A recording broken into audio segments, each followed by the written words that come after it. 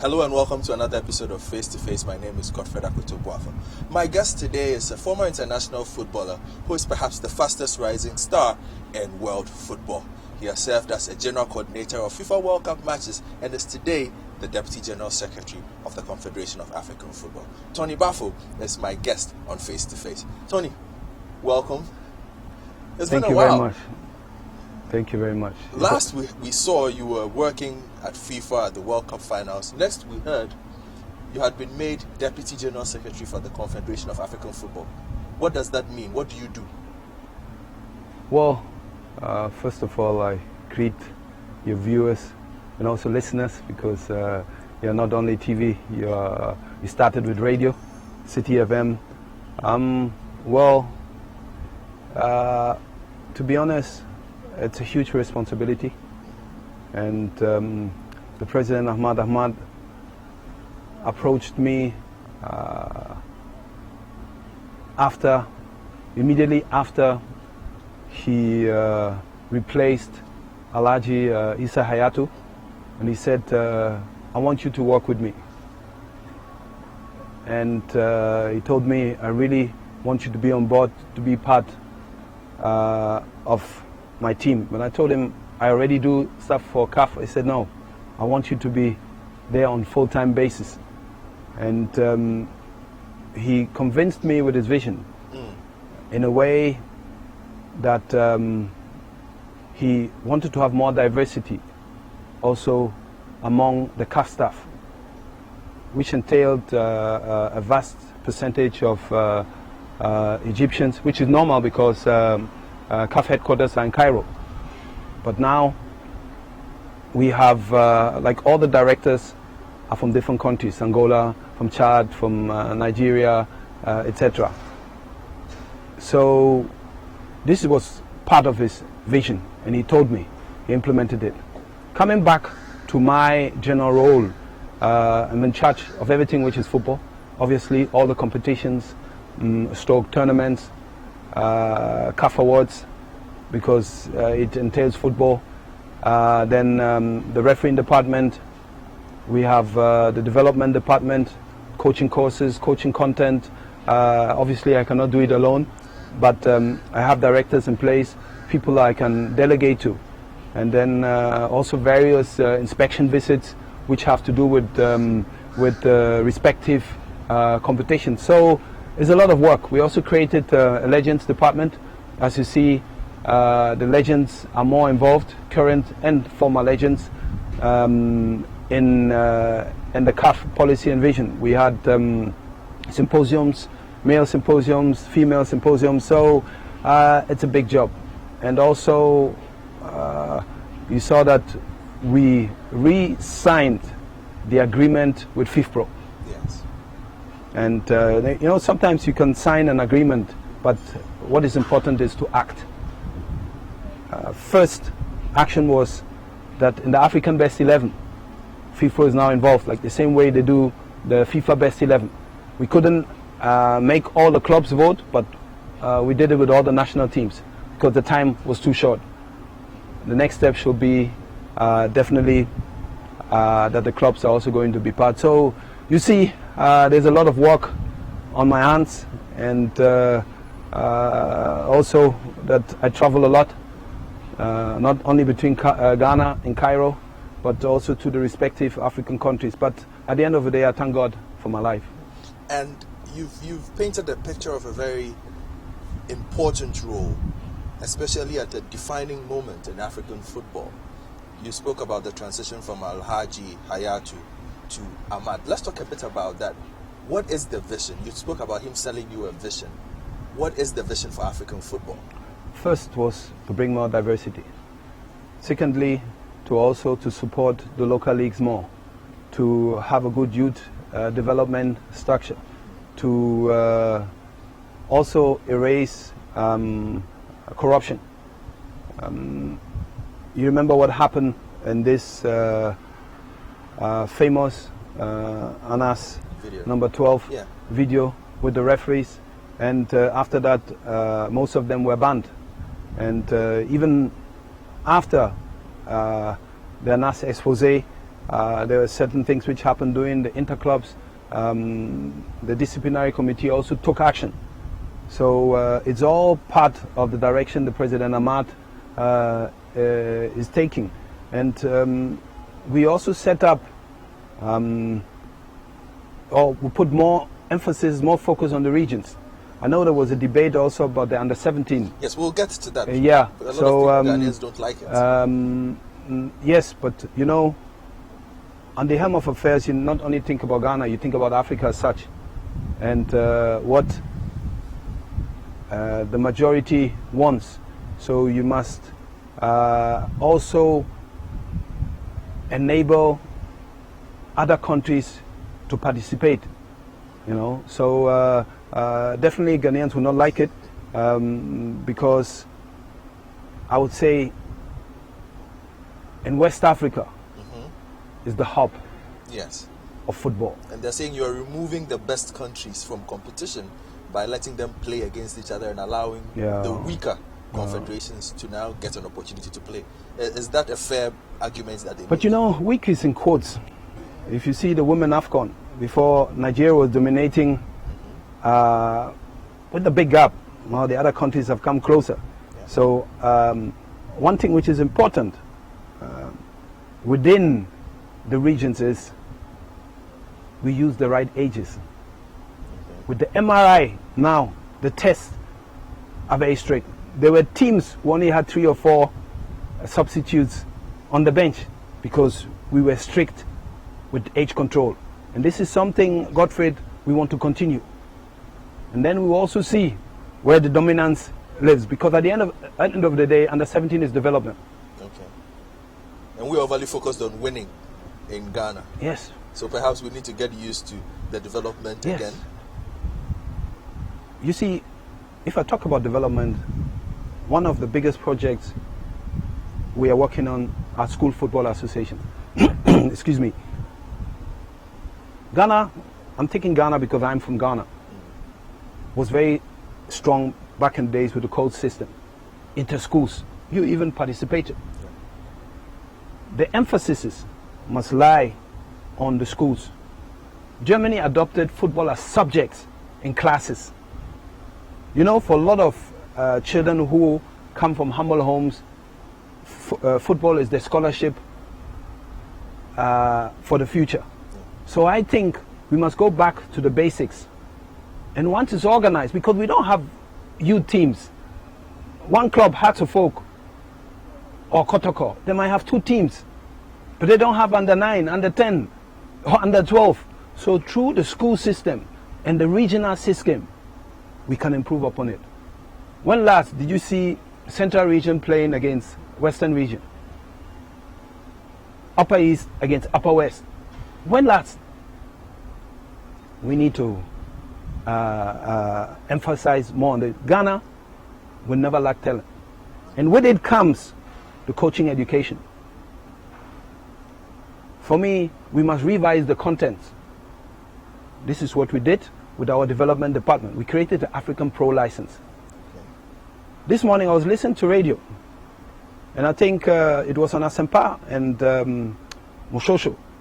He said something which I really liked. He said, we have to have more qualified or established coaches coaching the youth, but with the right training. Because today, people think you can go without a combination of technology, you are lost. If you have a head coach who's not abide to technology, your assistant coach should be abide to technology. So all this comes together to create a good platform for the future. But everything starts, Godfred, with the youth. Okay. And my big plan is to enable school associations help us pave the way. My last word on that, you can run into the PE teachers, but also involve the legends who have a coaching badge to add to the technical aspect. If I talk about men, I must talk about, if I talk about boys, I have to talk about girls as well. Okay. Now, you spoke about how the vision is to redevelop and some of the remove corruption. You were at CAF. Now, Anas did work that just didn't affect Ghana. It affected African football. How did you receive the work that he had done at CAF? Were you shocked by what he showed? You know, it's sad, especially when you are Ghanaian. It was a very, very sad moment because Ghana is a hub, is one of the hubs of African football. It opened the eyes of a lot of people that wherever you are, you must watch your back. And I don't have words, to be honest. I was very, very sad. I was very, very sad. But I told you also, honestly, I don't wish this to happen to my worst enemy. Is CAF determined, not just lip service? Because we are stamping out corruption. We want fairer games, fairer referees. Is your office, is President Ahmad, determined to see this through? Yeah, he's very determined. You see, we even have a chief compliance officer. This was not part of the CAF administration before. And most, for instance, when we want to sign a contract, for example, with an event company, they have to go through a Peldorf, like at least three offers, and it will be cross-checked before it shall be approved. It's definitely part of President Ahmad's vision, and the reaction also after, in regards to the referees, I can only repeat myself. Also, the referees who were not part of the ANAS expose. If we think, if the disciplinary committee, for instance, were assessing the reports or saw in a game that things in terms of refereeing didn't go on well, they question it, and some have also been sanctioned. Now, a few weeks ago, you were in the news in Ghana because you showed up for inspection and you were quoted, I don't know if it was accurate or not, you can tell us since you're here, that we were not ready to host the women's ALCON. No, I never said that. Yes. I think what I said is Ghana is behind, they must speed up. It was an interview on BBC, and I don't know if somebody, the person who quoted me that we are not ready for the AFCON didn't speak English. I can't tell you, but I think this is easy to check with the BBC. What I said Ghana is behind, they must speed up. And my thing is, did I say we are taking the women AFCON away? I didn't say that. I just said Ghana is behind, they must speed up. And you see, I speak my mind. I don't take decisions to make friends. And I will not change my way of doing things. Maybe this is part of my German mentality. I like people to speak to me in the same way when they don't like something. You see, even what's his name, the coach Opele, he said that I'm not patriotic. I don't know if he understands the meaning of being patriotic. You see, I don't belong to any group. If something is black, I'll tell you it is black. And sometimes it's even good if you're tougher on your country, because you want to move ahead. And the result was there, that a lot of things improved in terms of work. I think the Accra Sports Stadium looks really good now. Yeah. You know, good visibility, good grass, good dressing rooms, and at least I have contributed a bit for things to be speeding up. And as from your end, have you been impressed with how the tournament, the women's ALCON, Ghana is out, first of all, how did you take that result? Though I have to look neutral? at, of course I have to be neutral, but I'm Ghanaian. I will always like Ghana to go as far as possible. And it's another sad story. I heard this morning Ajwa Boyo on radio, and she was talking about the coach, she was talking about the team as such, and I can only advise her to get involved. You see, she was saying that she cannot press herself on it. Adwoa Bayo is one of our biggest assets when it comes to football, female football in Ghana. We remembered as well the Alberta Sakis. Yeah. And at that time, Florence Oku, they all played with Adwoa Bayo. She was African best. I would say get involved. Anita Vredo, who's an immigration officer, very well spoken, is involved.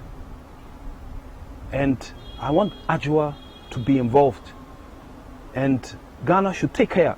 Even on the pitch, she can show those young girls a lot of things. She still plays, and she's still got a lot of skills. And she said a few things, and I think she can contribute a lot. But then also, they must take care of their own life in terms of discipline and being role models for other girls. You see, go to a coaching course, go to an administrative course, make yourself ready, because people like Adwoa Bayo can have a great impact on the youth of today. And overall, have you been impressed with the quality of the tournament? Yes, I have. Which teams have surprised you the most? No, it's you see the combativeness of Mali, and they never give up. Even Algeria, in terms of skills, they didn't have the determination in front of the goal. But there was a part when they played, when they were circulating the passes, and I said they're playing like community football, but they must be determined in front of the goal. South Africa quite well organized. The Leones, Cameroon, they started very slow, but then you saw that they're warriors. They're really warriors. Zambia also had very good periods, and then I think Nigeria, you always have to count on Nigeria, but they are not no more far away. You see, the gap has been closed, and also our technical development department said that the level is good. We are happy with the level. And overall, what do you think is going to be the legacy? We saw CAN 2008, for instance, changed the face of football, changed the lives of some of the footballers. They became better household names. For a lot of Ghanaian youth, that was the period within which they actually got closer to the Black Stars. What do we expect to be the legacy of this tournament in Ghana? You see, first of all, yesterday there was a seminar about raising the bar in terms of women's football organized by the Sports Writers Association. And I said something. I said, you saw what happened after CAN 2008. The hype was there, everything was there. But then we didn't take care of our infrastructures. Now we are the women's AFCON. We need to take care of our infrastructures. Have good stadium managers, event directors, you see, and also create more infrastructure in terms of training pitches to give those young and upcoming ones. This is the legacy you leave for them. You know, sustainability. This is something which is very, very important. I think also, like I said, if players like Adwoa Bayo get more involved, Mimuna Suleiman is already one of the goalkeepers coaches. We use them as ambassadors for the draw. You should have a good campaign for women's football. A lot of people were talking about how they are paid, but then we must set up proper structures. Are they amateurs? Are they professionals? Do they have contracts? Don't they have contracts? Because most of them here, they work. Prisons, police, immigration, etc. So let's have a good plan. This is one, but also the people to execute the plan, to strengthen the technical directorate of the Ghana Football Association. You're watching Face to Face on City TV with Deputy General Secretary of CAF, Anthony Baffoe. We'll be right back.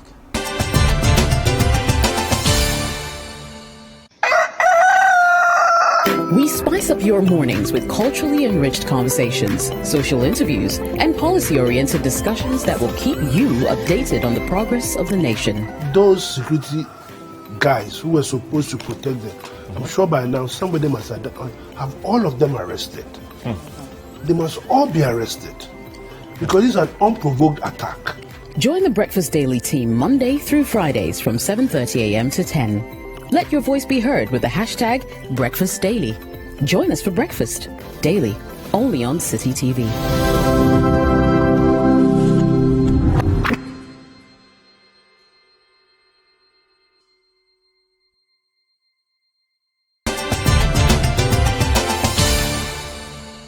Welcome back to Face to Face. And Tony, before we went, you were talking about the legacy.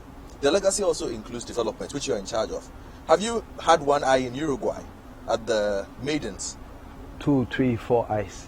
You've had more than one eye there. Yes. What have you made of the team in Uruguay? You know, I was really expecting them to go further. Well-organized team. And I even tweeted at the score of 2-1, come on Ghana.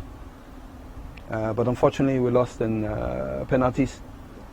And I also didn't like, to be honest, the reaction towards the goalkeeper. They are young ladies. And we must be very careful with how we criticize them. Godfred, if you are perfect with 17, you go straight to Barcelona. So these are, you know, it's a psychological effect. You're opening the doors for even more criticism, which should not be. But now, what is the plan? I'm talking about Ghana, the maidens, for them next. In which competitions do they play? That always seems to be a problem, doesn't it? We've had very good youth teams, but the transition is always wrong. I'm coming back to school, football associations. Once you have set up this properly, because it was the same with the male. They come back, it was Gabon. From the tournament, you come back home. I'm also not a fan of camping them 3, 4, 5 months. That means they're not going to school unless you bring a teacher there. You see. So again, we must sit together. South Africa has a school football association. We will very soon come out with the plan we have for all these member associations. That will help a lot. It will help a lot to develop the game. And we should be patient. After under 17, normally we should have under 15 who will migrate to the under 17. And I think it will help African football as such. But we shouldn't forget also infrastructure development. I watched the CAF Champions League final. I watched the Confederations Cup final. North Africa seems to have broken very far away from sub-Saharan Africa in terms of football development, quality. They are dominating without question. What has given them such a clear advantage? West Africa, or the sub-Saharan region, seems to have better talent. But overall, the North Africans seem to have mastered the game better. What are they doing right? You see, already in regards to the setup, the branding, I think when you talk about North Africa, at least you must always mention TP Mazembe, who has a very good setup as well. But I think the owner, Moyes, there are some political issues, but they were the Chelsea of Africa. And a lot of our boys even participated. But for me, it starts with branding. When I get to the clubhouse, I see, wow, even as a player, you might offer a player a lot of money, but if you offer him a bit less of the money, but he sees that he can play under very good conditions, because that's how he can develop himself to get to an even bigger club. You saw what Al Ahly did. The contract they signed with a very big company, and the salaries they paid. It's a great organization, and it's Al Ahly Sporting Club. They don't only have football.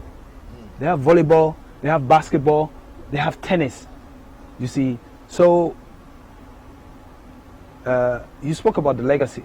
They've already built the legacy. Esperance de Tunis. You see the fans are, I mean, there's something else, really passionate. It's also a big setup. You have these clubs Raja, WAC. If you go there and you look at the setup, they have good pitches, they have good stadiums. So it's not only about playing football. So a player will be made comfortable.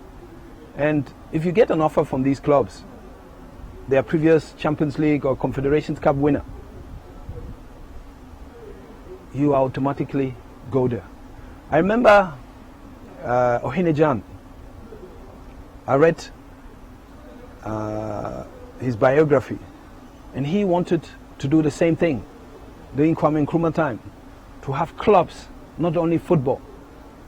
And if he would have implemented or allowed to be implemented his concept, I think by then our clubs would have been, let me say, in terms of infrastructure, much, much better. Let's wait now. For instance, Asante Kotoko, Mark Noan with Hearts is a guy who has a good vision. Asante Kotoko now also has a new setup. I think somebody who's also showing the way is Kyoto Kraku with Dreams FC. For a long time, Mospaka from Mijama also was on the right way. But, it's not always easy to do it alone as one man. But we must make the sponsors more hungry for football again. I don't always like to talk about back in the days, but I think when you grew up, when some of your colleagues grew up, sometimes you go to the stadium to watch only one person because you have heard the name. Also, a good collaboration with the media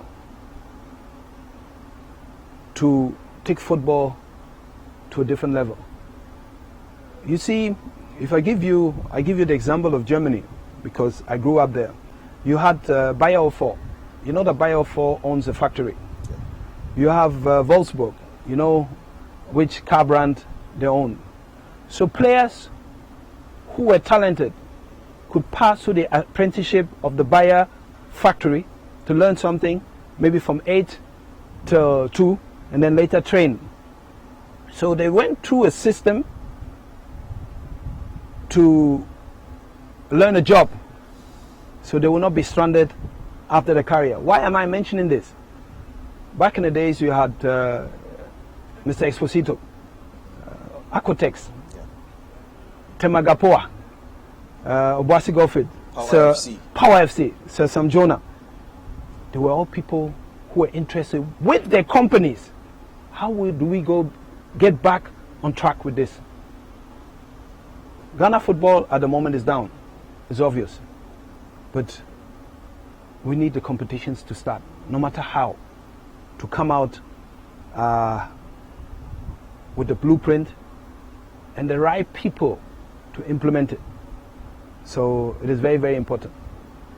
We have a normalization committee. You spoke about having the right people, a normalization committee in place that is helping to bring normalcy, helping to perhaps introduce the kind of standards that FIFA wants in the game.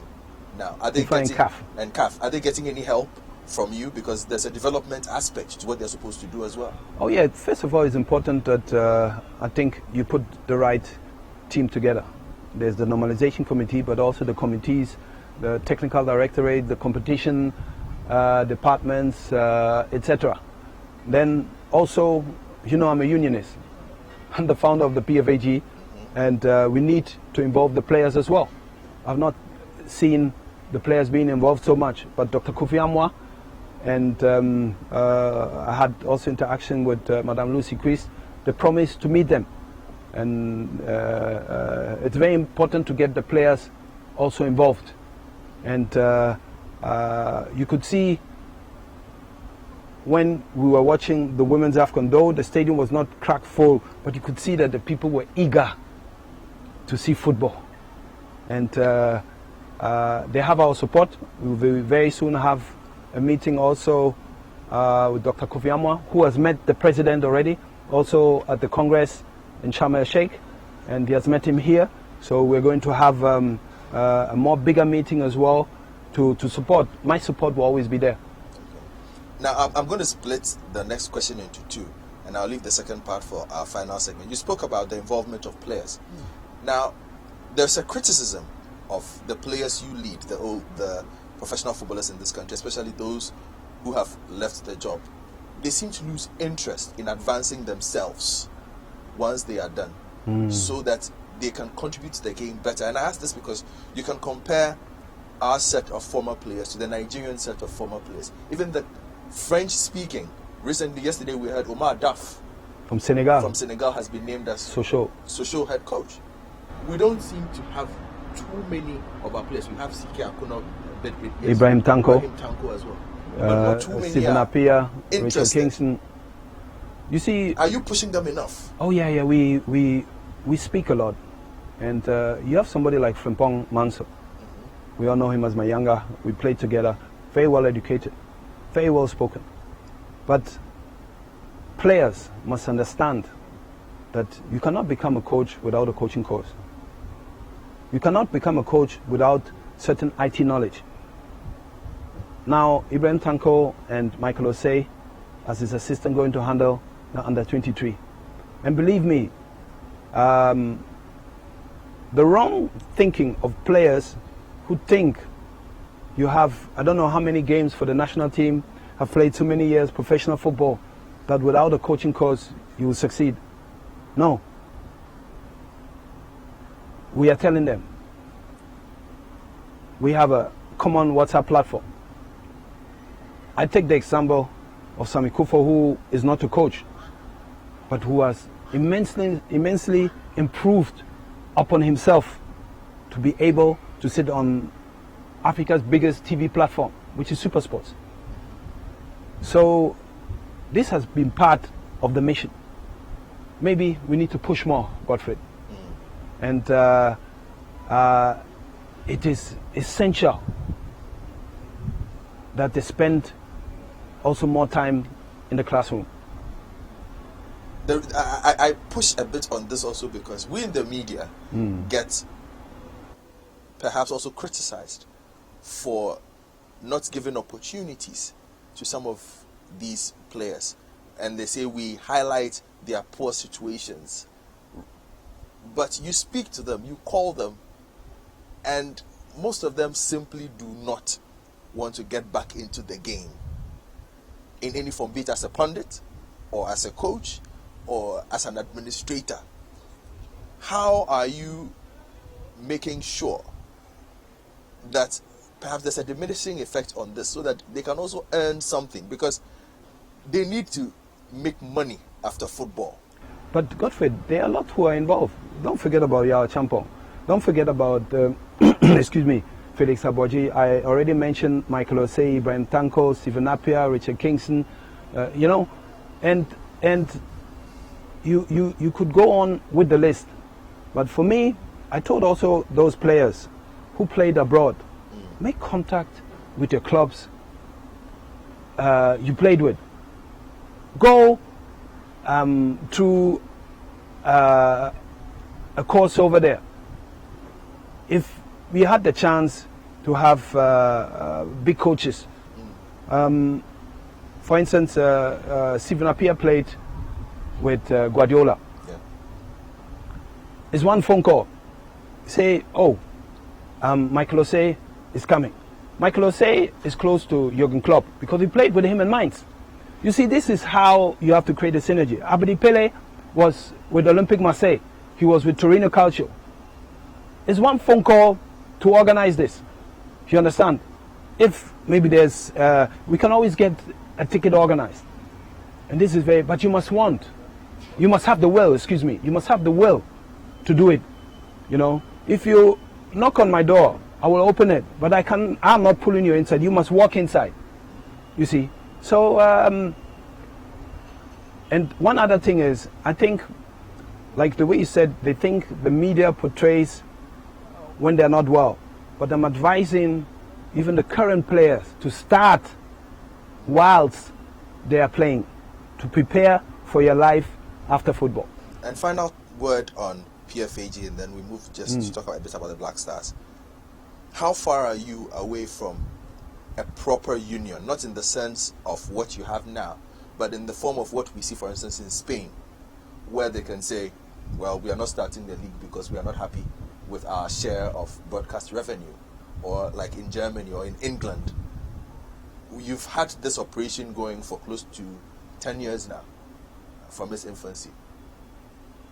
What level are you at right now in this player union work you're doing? To know that we have only become a member a couple of years ago, because there are criteria. You know, you're a candidate member, then you become a full member. I think only since 4 or 5 years we are a full member of FIFPro, where you also have voting rights, etc. I think the long term is a collective bargaining agreement. And if you look at Spain took 20 years to get Holland to get where they are. And the big push came with the Bosman verdict. In our part of the world, a lot of players sometimes are scared to speak out.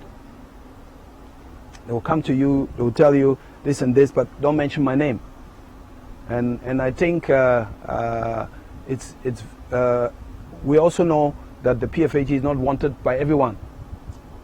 But I believe if a club has a player who knows about his do's and don'ts and his rights, that doesn't mean when a player is doing wrong, you have to support him. You must tell him that he has been wrong. But the long term is a collective bargaining agreement. There were quite a few meetings with the captains, and I think for me, it's not an option to go and say we want to have a strike. I know you're talking about the influence, yes, the power those unions have, but it took them a while to get there. And I think we don't want to get there, but it's important to get there that the players' conditions and contracts are respected. All right then. We're going for our final break on Face to Face. When we return, we'll have a bit of a conversation about the Black Stars and the last word on CAF from Tony Baffoe, Deputy General Secretary of the Confederation of African Football. Keep watching Face to Face. This is The Point of View. We are live on City TV this and every Monday and Wednesday at 9 p.m. Tune in to The Point of View, Mondays and Wednesdays at 9 p.m. as Bernard Avlet takes the news further. He will bring the right guests, ask them the relevant questions, and get you the real insights you need on the big stories for the day. All that the industry is saying is that this tax will be incident on the person it's intended to. But when it comes to the pricing itself, individual pricing, not only are the telcos even pricing for everybody. Bernard, I don't know which network you're on. The price you get on your network will be different from the price I get. So in terms of competition amongst our members, it's as intense as anything. The Point of View with Bernard Avlet, Monday and Wednesday nights, only on City TV.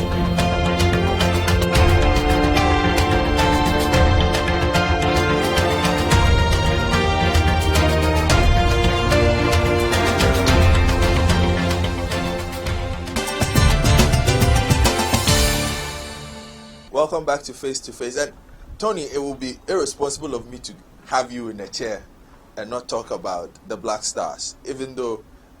Are you still involved? Do you find time? Black Stars, Ghana is my nation. Black Stars, I'm in contact with most of the players. I follow what they do, and today you have a phone, a mobile phone, an Android phone. You can always stay connected, and then I'm still very, very connected to the Black Stars. But generally, I'm very well connected to players as such, even from different countries, But the Black Stars will always be part of me. What do you make of the current transition the team finds itself in? And a lot of people are confused. You have player, perhaps you can tell us, and you've also coached a bit as well. We saw a move towards a new beginning with new players. Things got difficult, and we called the old boys back to come and play a game against Ethiopia and won. It's a bit confusing. I don't like Ghanaians. The word old boys. I like the word experienced. The experienced players. Yes. It was a bit confusing for Ghanaians. Gentle Capito, as we call him, said a couple of times he's trying more players.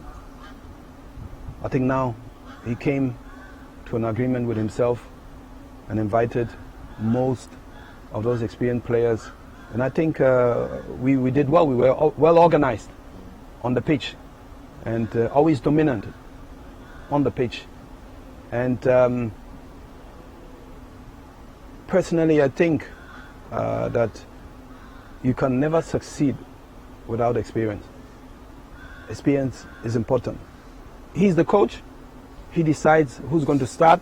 He decides who's going to sit on the bench. I believe always in communication with his technical team. So it looks like he wants to have a good mix of experience and the young and upcoming one. And let's support him with that. Are you a bit worried by what seems to be, and the facts perhaps supports this, a decline in quality Ghanaian players in Europe? I will not say it that way. You see,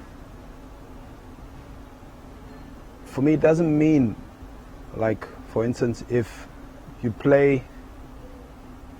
don't play in a club with a household name, that your performance is going down. At a time, I know we had the Sulumuntaris, we had the Michael Asians, we had the Stephen Appiahs, the Kevin Prince Boatens, you know, Kojo Asamoah, Asamoah Jan, John Mensah, etc., playing in the top leagues at the top level. There's always a period where it becomes a little bit calmer. But I was very, very happy, for instance, with Kasim going to Hoffenheim, going to the German Bundesliga, and his career was going up step by step. Another person I think I'm expecting a lot from is Rafael Dwamena. Having a bit of a difficult time in Spain. But it is normal. You see, it is normal that within your career it will not always go like that. He's a God-fearing person. And I think also they not move to the Premier League with all these medical circumstances affected him psychologically. He's a good boy, he's a clean boy, I would say, has a very good heart and very good character. But I'm in good contact with him, as you as well, and as well as with other young and up. I tell them this is the time where you have to do more after training. Where you, after training, you tell the number 7 or the number 2, give me the crosses. You stay longer, you come earlier, you leave later, you see, to work on yourself. You look at a person like, let me just take Jordan Ayew, who had a very good season with Swansea. Now, with Crystal Palace, he came back, he scored 2 goals.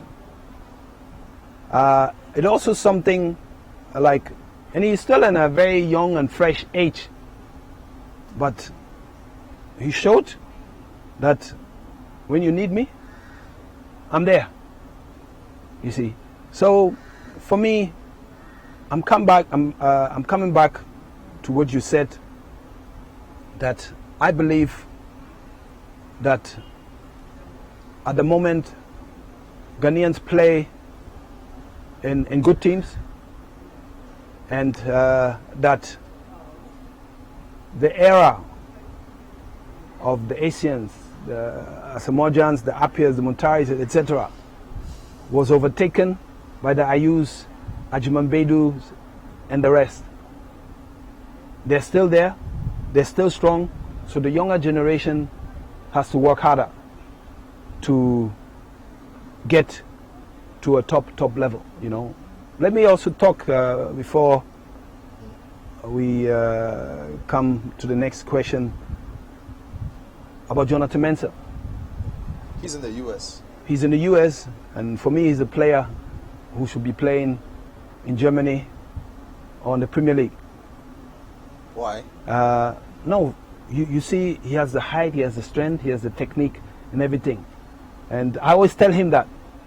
And he's doing well in the US, but I really want to see him in Germany or in the Premier League, you know, because I believe that his capability will come out more in those leagues. The American League has improved immensely. We have a lot of Ghanaians playing there. But this is my wish. I like Jonathan Mensah. When I see him playing in the defense, you know, I think about myself. Sami Kufo also speaks to him a lot. You know, we obviously always look at defenders first. You know, same like the contact I have with Kasim Nuhu. So I want them to work hard on themselves and give us more glory. That brings to mind the peculiar situation of Mubarak Wakaso, for instance. Seemed to have a difficult few years. Something changed in him this year. Perhaps you can give some perspective sitting in your corner. He moved to a whole new level this season, playing for a team that could even qualify for the Champions League unexpectedly in Spain, Alaves. Wakaso is a fantastic player. Sometimes I always tell him, be a bit more patient. You know, 50-50 balls, he will go in full. But he reminds me a lot of Solomon Tari. The way he can shoot, his vision of the game, and he wants to win every single game, even in training. And I'm very happy for him.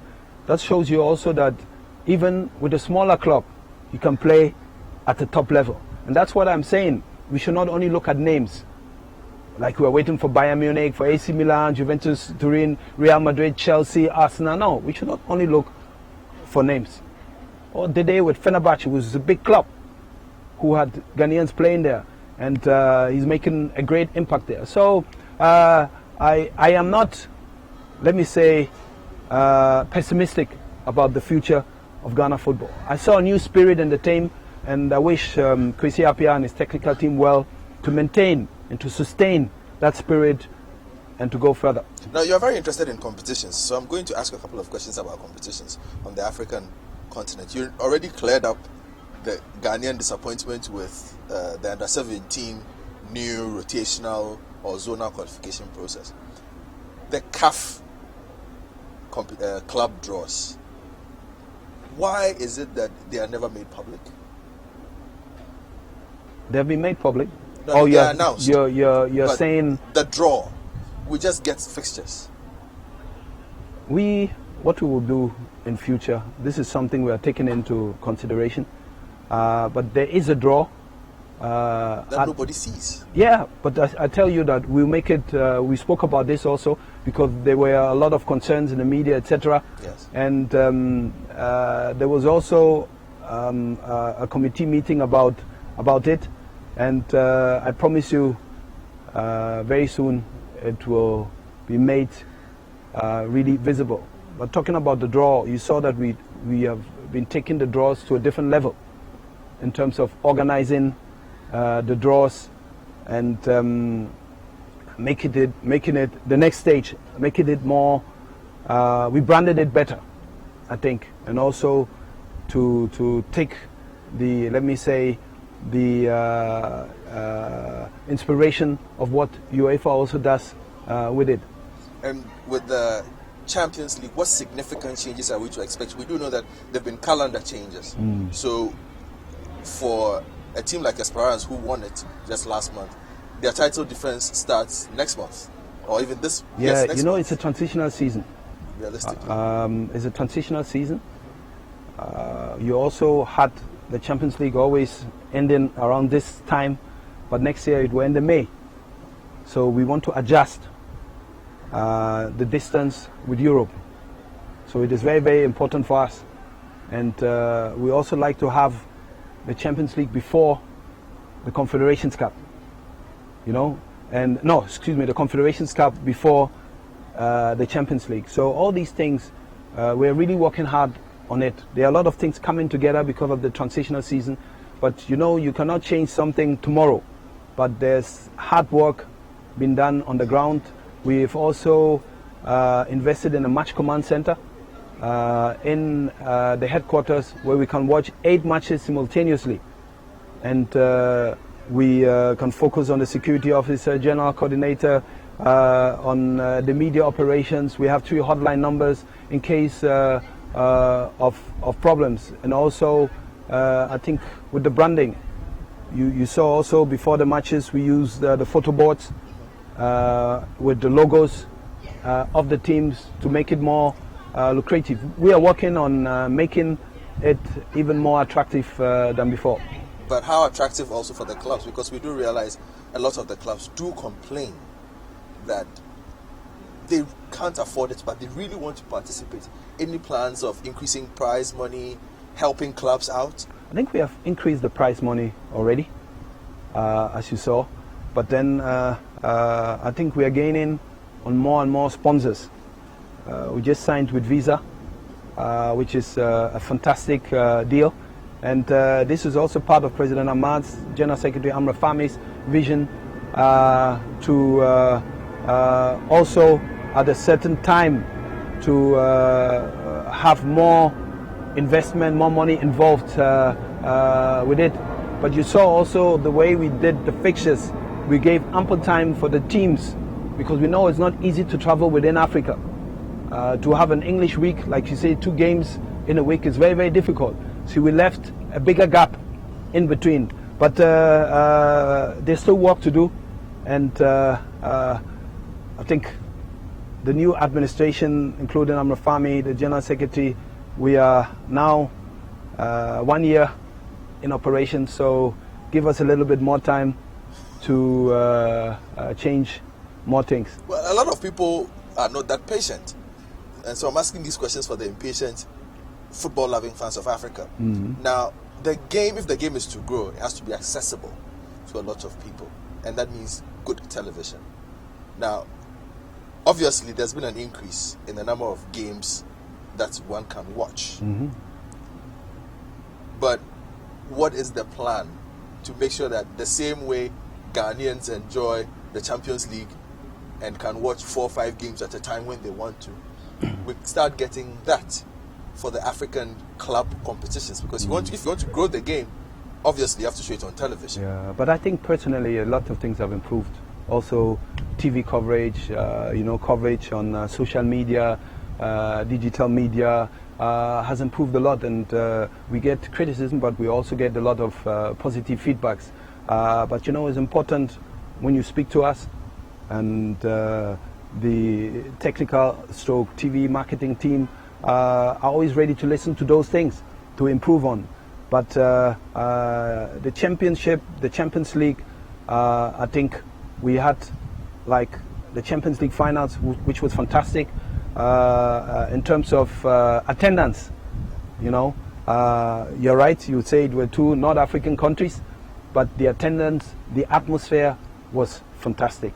And we were working very, very hard to have it at a really international level. Again, we are 1 year in operations, like the new administration, and I promise you, already now we have seen a difference. You will see more difference. And finally, give some bonus advice to Kumasi Asante Kotoko. They're playing either Kariobangi Sharks of Kenya, who are playing today against a team from Djibouti. They've been trying really hard to get out of the first round. What can Kotoko do to make some headway? Free advice? No, you see, the approach of Asante Kotoko this year, they're taking everything very, very professional. I wish my former teammate, Charles Okuna, of course, the best of luck. He's very ambitious as a coach. I think he has had some experience as well. Started back in the days with 11 Wives together with Odata Lamte, has been with Hearts of Oak, has been with Dreams FC and Obasi, Ashgold, and now he's with one of the biggest clubs in Ghana, Stoke, in Africa. And I really wish him well, that he can take them to another level. There's a lot of pressure because it's not an easy to be handled club, but I wish him well, and he's capable. Thank you very much, Tony, for your time. Always a pleasure speaking to you. You've been hearing from Anthony Baffoe, the Deputy General Secretary of CAF. For us, he's former national team captain and defender. But these days we have to share him with the rest of the world. And we are happy that he gave us some time on Face to Face. I hope you enjoyed this episode. My name is Godfred Akoto Boafo. Have a good day.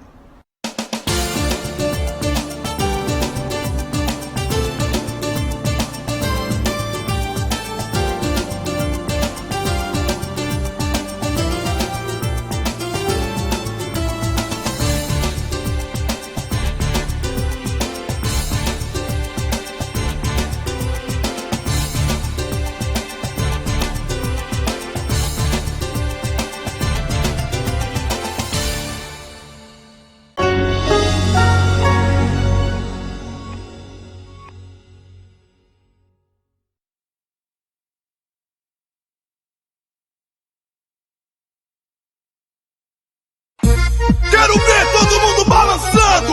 Ninguém pode ficar parado. É só loucura. Catch the premiere of Brazil Avenue on Wednesday, 5th December 2018 at 10 p.m. only on City TV. Oi, oi, oi, oi.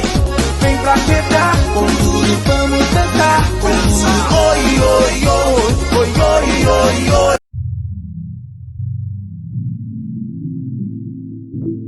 Let's take you on a journey of discovery, the incredible sights, artifacts, music, and adventure. It is what makes life worth living. Our history, the arts, and soul. Art and Soul with Melissa Awad. Saturdays at 8:30 a.m. only on City TV. Art and soul, art, soul, art and soul, art, yeah, soul, art and soul. Art, soul, art and soul. Cosmopolitan, new experiences, social media, blazing conversations, fashion, life hacks, all of this and more. This is our scape. This is your scape. Join Apioko Ashon Abe and Emma Fachikata on Cityscape right here on City TV every Saturday at 4 p.m.